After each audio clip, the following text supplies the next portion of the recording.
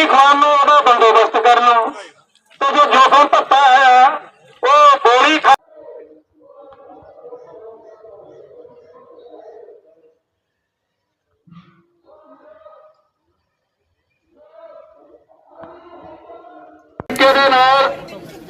जानो करवाने वास्ते उपराले किए सबका सैनिक एकता मेरे सुस्त लग रहे दोस्तों हो जो जरा काम अलग अलग माध्यम के राही तरीके राही दसिया है। मैं जरनैल सिंह अगे बेनती करता जेठवली जरनैल सिंह कि स्टेज के मेरे आन जेठवली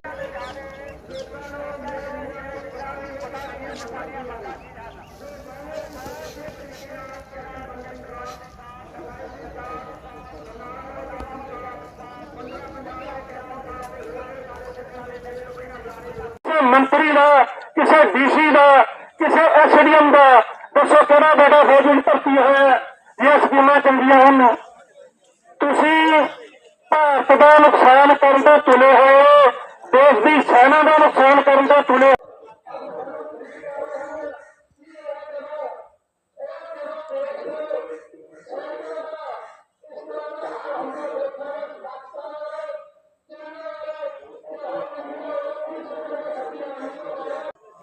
जनता से जाके ले आने गलबात करी दी है रेजिंग डे पे वैसे आप कहते हैं कि उस्ताद जी तुम तो ड्यूटी करके वधिया चले गए हो हम असी तो ड्यूटी 4 घंटे ही करनी असी तो अफसर अगे जाता है जोखम भत्ता जवाब भी मिल रहा 5000 और यह जो अफसर है ठीक है साढ़े भी ज्यादा पढ़े ने पर उदो पढ़े से हम नहीं पढ़े है हम तो साडे बच्चे उन्होंने तो भी ज्यादा पढ़े ने बेशक वो विरासत साडी नूं संभाल रहे ने भी मेरा पिता ते जो मिलता चलो अपने घर जाओ। सो मेरे वीरो तुसीं सब भरी भर्ती जाणोगे हो कि ये जो सरकारां ने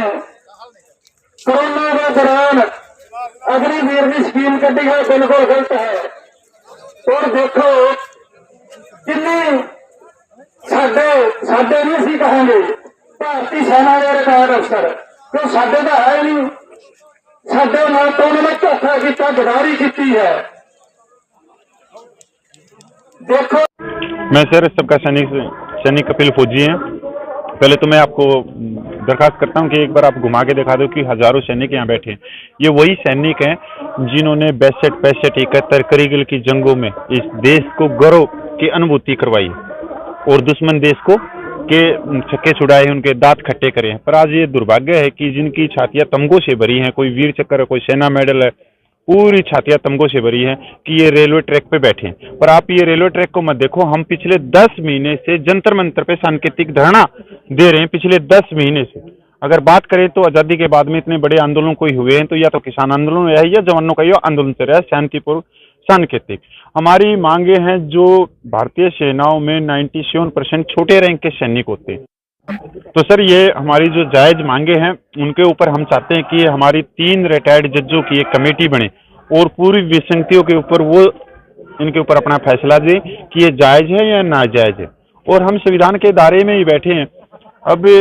पिछले 10 महीने से बैठे बैठे हमारी जो कॉल थी 25 नवंबर नई दिल्ली रेलवे स्टेशन की, उसकी हमने माननीय राष्ट्रपति, माननीय प्रधानमंत्री, माननीय रक्षा मंत्री को लेटर के द्वारा सूचना दी थी कि हम मजबूरन हमारे से बात करो, नहीं तो हम 25 नवंबर को नई दिल्ली रेलवे स्टेशन के ऊपर बैठेंगे और संविधान के दायरे में बैठेंगे। पर इन जो सरकार है वो कुंभकर्ण की नींद सोई हुई है, वो जगने का नाम नहीं ले रही और मजबूर होके हमने अपनी जायज मांगों के लिए, क्योंकि हमारे साथ में बहुत ज्यादा नाजायज हो रहा है और जो ये कमेटी भी बनेगी 3 रिटायर्ड जजों की, ये बहुत एक बड़ा बदलाव होगा भारतीय सेनाओं में, क्योंकि बहुत सारी रूढ़वादी प्रथाएं हैं अंग्रेजों के जमाने की, तो उनके ऊपर भी बहुत सारी चीजें आएंगी और भारतीय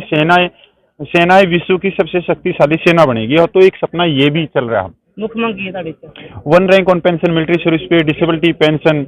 जो 1 रैंक ऑन पेंशन का आपने नाम सुना होगा, जिसके ऊपर आज सरकार आई हुई है कि आपने देखा होगा कि 15 सितंबर 2013 को रेवाड़ी रैली हुई थी। उस समय पूर्व मुख्यमंत्री को उस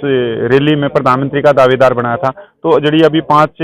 स्टेटों के अंदर चुनाव चल रहे हैं, तो माननीय प्रधानमंत्री ने तीन बार अलग अलग बयान दिए। एक बार कहा कि 65,000 करोड़ रुपया दे दिया पूर्व सैनिकों को, एक बार कहा कि 70,000 करोड़ दे दिया, अभी 5-7 दिन पहले बोला कि 90,000 करोड़ रुपया दे दिया, जबकि वो पैसा हमारे पास में आया नहीं। अगर आया है तो उसके ऊपर श्वेत पत्र लेके आई जाए कि जो 97% जो सिपाही से लेके जो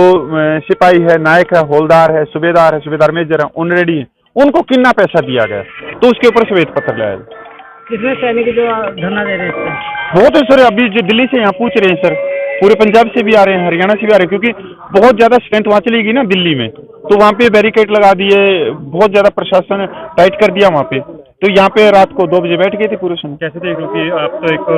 देश के लिए करते हो और आपके लिए बैरिकेड लगाए जा रहे हैं? सर हमने भी कोई यहाँ आप हमारे को बड़ा दुख हो रहा है कि जिन्होंने देश की सेवा करी है, जिन सैनिकों ने, उन सैनिकों को बाहर कर दिया। वैसे तो होली दिवाली पे आपने देखा है मिठाई खिलाते हुए, तो ये वही सैनिक हैं जिनको 2014 में जो बॉर्डर पे जाके मिठाई खिलाई थी, और वो 2015 में रिटायरमेंट आ गए, तो वही सैनिक इनमें मतलब लड्डू खिला के और उनके हकों को दबाया गया। तो हम एक जायज मांग के लिए हैं, सिर्फ हम ये नहीं कह रहे कि आज ही आप हमारी मांगे पूरी कर दो, नहीं, सिर्फ 3 रिटायर्ड जजों की कमेटी बना दो, वो फैसला करेगी। अगर हमारी मांगे जायज हैं